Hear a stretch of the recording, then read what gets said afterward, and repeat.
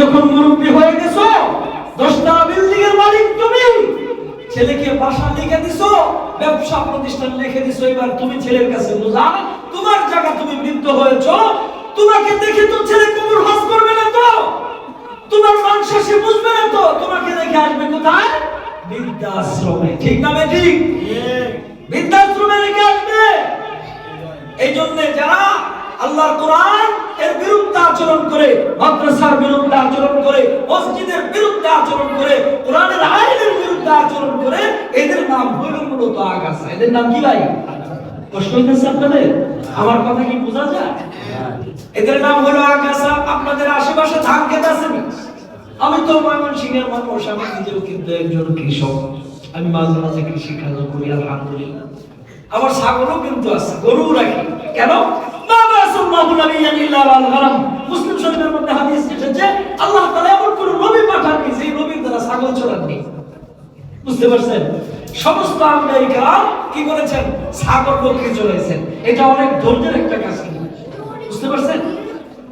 তো এই আশপাশে আপনারা ধান ক্ষেত আছে না? ধান ক্ষেত, ধান ক্ষেত আছে। আমাদের কথা বলেন না কেন? ধান ক্ষেতে কাজ করেন না? ধান গাছ যখন বড় হতে থাকে, আপনি লক্ষ্য করে দেখবেন ধান গাছের মতোই দেখতে, এটা ধান গাছের চাইতে সে আরো উপরে উঠে চলে যায়। এর নাম হলো, আমাদের এলাকায় বলে আলী গাছ। আমাদের এলাকায় কি বলে? ময়মনসিংহে বলে আলী গাছ। আপনাদের এদিকে কি আগাছা বলেনি? আগাছা। যখন ধানের থেকে আগাছা লম্বা হয়ে যায়, তখন আপনার দায়িত্ব হলো আপনার দুইটা কাজের লোক নিয়োগ করবেন। কি করবেন? আগাছাগুলো তুলবেন। মূল ধান থেকে দেখা যায়।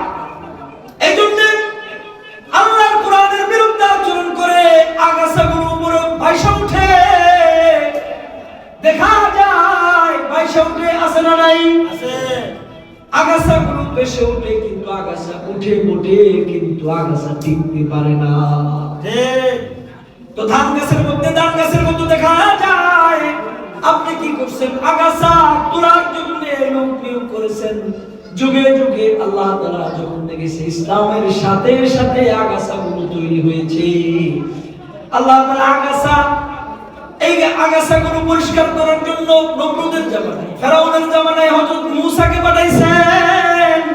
তিনি একা পারছেন না, আল্লাহ তাআলা কি করেছেন? তার ভাই হারুনকে অনুমতি দিয়েছেন আগাছা পরিষ্কার করার জন্য। ঠিক না বেটি? আমাদের এই দেশের মধ্যে আগাছা ছিল না? ছিল না? আছে না নাই? আমাদের এই দেশের আগাছাগুলো, এই দেশের হকপন্থী আলেম, কোরআনের বিদ্বান ব্যক্তি যারা আছে, তাদেরকে জিনাকার বানানো হয়েছে। অসংখ্য আলেমদেরকে যুদ্ধ অপরাধী বলে বলে ফাঁসি দেওয়া হয়েছে। ঠিক না বেটি? আগাছাগুলো আছে নাকি আগাছা নাই? আগাছাগুলো কিন্তু নাই। ওই যে ধানের থেকে উপরে চলে আসছে, আপনি দুইটা কাজের লোক নিয়োগ করেছেন, আগাছাগুলো তুলবে। তুলে তার কাজ হলো দুইটা। এক, এটাকে ধরে একবারে টুন্না মোটা করে, একবারে জড়সড় করে মাটির নিচে, পায়ের নিচে দিয়ে পেট কাদার মধ্যে একবারে চাপ দিয়ে মাটির নিচে ঢুকাই দিবে। ঠিক না ঠিক? দুইটা কাজ। আগাছা ধরবেন, এটাকে ছোট করবেন পায়ের নিচে দিয়ে, এটা মাটির নিচে দাফন করে দিবেন। আর যদি তা না হয়, তাহলে ডাস্টবিন, যেখানে ময়লা রাখার জায়গা আছে, আলী গাছ রাখার জায়গা আছে, সেখানে এটাকে কি করেন? ময়লা জায়গা ফেলাই দেন। কিন্তু ধান যেটা, এটা কিন্তু তুলেন না। তুলেন কোনটা? আগাছা। এই জন্য আগাছাগুলোর বক্তব্য হচ্ছে, কোরআন ওয়ালারা যারা আছে, যারা আল্লাহর কোরআনের শিক্ষা অর্জন করে, কোরআন করে, কোরআনের হাফেজের পিতামাতা যারা আছে, কোরআনের শিক্ষক যারা আছে, কোরআন ওয়ালারা যারা আছে, এদেশের মধ্যে কুফরি মতবাদ ভেঙে, আব্রাহাম লিঙ্কনের দেওয়া কুফরি মতবাদ ভেঙে ইসলামের হুকুমত কায়েম করতে চায়। আগাছাগুলো তাদেরকে নিয়ে বিসংকার করে আছে